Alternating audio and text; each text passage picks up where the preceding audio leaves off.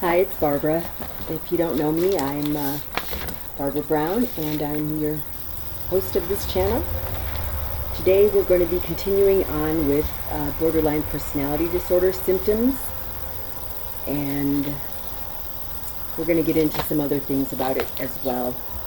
The definition of borderline personality disorder is characterized by severe mood swings, impulsive behavior, and difficulty forming stable personal relationships. And more than 3 million cases are reported in the U.S. each year.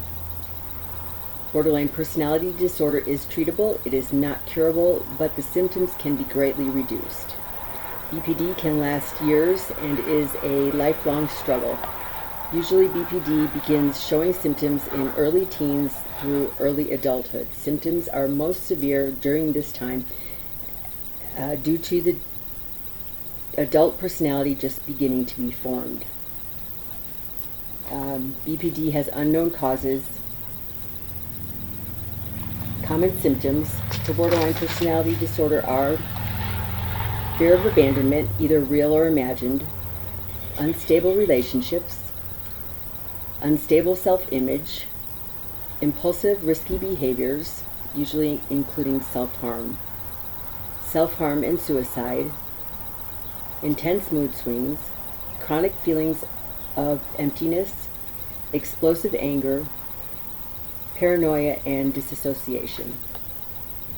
A person must have a minimum of 5 out of the 9 symptoms to be diagnosed with borderline personality disorder. Some of the risk factors include genetics, environmental factors, what types of stressful or traumatic life events might trigger these genetic vulnerabilities, possibly real abandonment or fear of abandonment in early childhood or adolescence, disrupted family life, and possibly sexual, physical, or emotional abuse. Also, chronic fear or distress during childhood may also contribute. Also, growing up around a family member that struggles with drug or alcohol abuse or mental illness, like possibly bipolar disorder would be one example.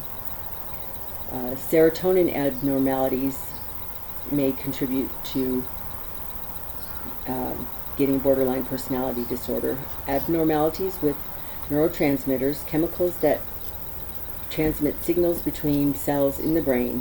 One neurotransmitter that is of particular concern is serotonin. Serotonin is a hormone that helps regulate mood. Improper amounts of it can cause notable changes in a person's personality. These changes can include depression, aggression, and difficulty controlling destructive anger. So what can we do if we recognize these symptoms in ourselves or in someone we are close to? Besides contacting your local mental health care provider and following professional direction for therapy or medication or both, we can begin working on ourselves in several ways. The first symptom I chose to try to deal with was my explosive temper. It seemed to cause me the most problems, and I needed to figure out ways to change. The first thing I did was make a list of each person I was holding a grudge against or had some incident in my memory that I felt I deserved an apology for. I had a very long list, and many people were on the list, sometimes numerous times. After I completed my list, I went through and began to forgive each person for each incident. I forgave every incident, no matter how big or small, because the people I was holding grudges against were not going to ask me for forgiveness, and many times didn't even realize that they had angered me or hurt me. After I let go of every grudge I was holding, I felt so much better right away. And the freedom I felt was about almost unbelievable.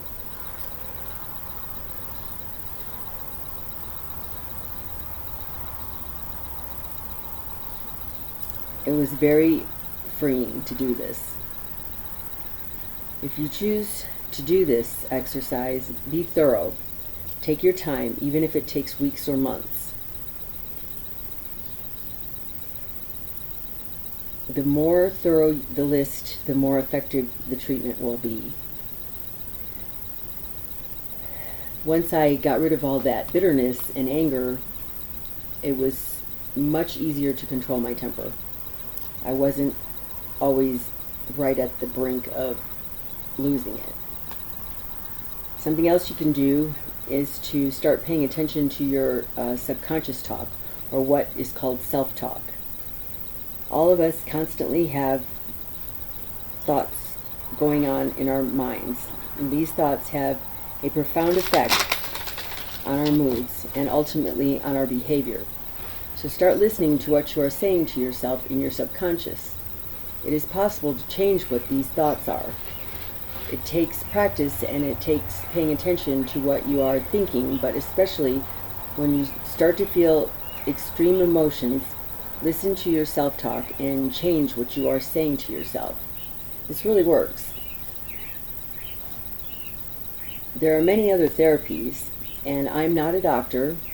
I'm just a person with borderline personality disorder. So my advice comes from experience, not from books.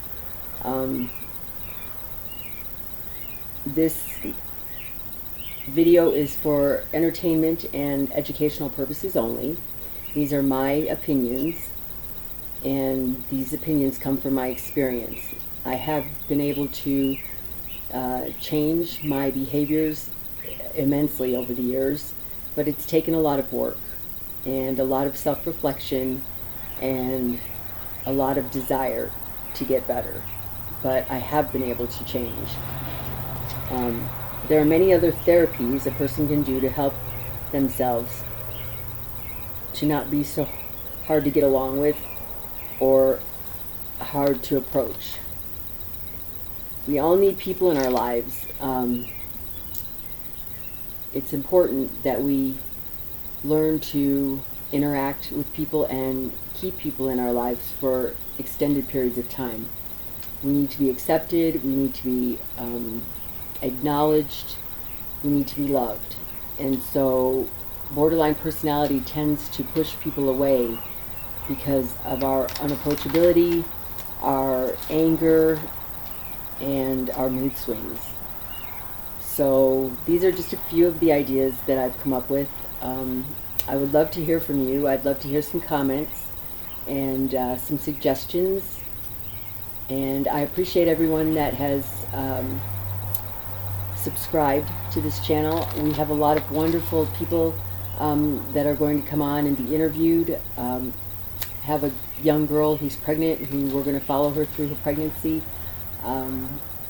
And she's going to let us hear how she's feeling, how she's coping, and hopefully this will be a good experience for her and for us. I have many other people that have overcome extremely traumatic situations in their lives, and they're willing to come in and be interviewed and share their wisdom and experiences with us. And this gives me hope, because I have been so impressed with so many people that have taken the time to overcome their challenges, to not feel sorry for themselves or victimize themselves. And normal people don't understand what really the challenges are in our lives. That those of us who struggle with mental health disorders, but we can learn how to cope. So until next time, be safe, take care of yourselves, and remember you're important, and we'll see you next time.